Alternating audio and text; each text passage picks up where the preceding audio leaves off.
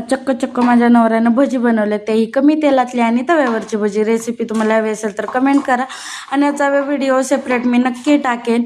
त्यानंतर आम्हाला जायचं होतं आज गावाला, कारण की आमची जत्रा चालू झाली आणि पारायणाचा शेवटचा दिवस होता. त्यासाठी ह्या मैत्रिणीला मी बोलवलेलं होतं, कारण की माझ्यासोबत पण कोण नव्हतं आणि ती माझं गाव बघायचं होतं. त्यासाठीच तिला म्हणलं चल आज पारायण पण आहे, बघून पण येशील, सगळ्यांना भेटून. आज सगळे भेटतील, इतर वेळेस गेले की कोण भेटत नाही. त्यामुळे तिला म्हणलं आज आलीस तर सगळे भेटतील, म्हणून ती आलेली होती.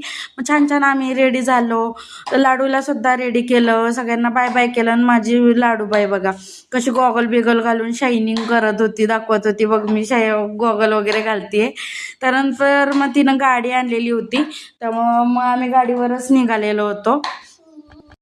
आम्ही जाईपर्यंत पारायण चालू झालेलं पण होतं, म्हणजे दिंडी खाली आलेली. दिंडी खाली आली की मग पारायण परत एकदा चालू होतं.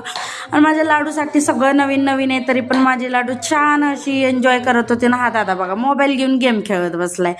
म्हणलं आता सगळ्यांचे स्वागत वगैरे चालू आहेत, सगळ्यांचे सांगता चालू आहे, तोपर्यंत आपण देवी आईची पाया पडून येऊया. म्हणून आम्ही इथं पाया वगैरे पडलो आणि माझी लाडूबा कशी डोकं टेकून पाया पडते. आणि ही आहे आमच्या गावची काळूबाई.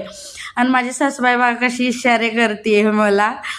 ही माझी सासू कमी आणि जास्त करून मैत्रीण आहे. जेव्हा आम्ही मुंबईला होतो ना खूप मजा करायचो. आता मावचं झालेलं, घरी जायचं टायमिंग, त्यामुळे तिला बाय बाय केलं आणि आलो घरी.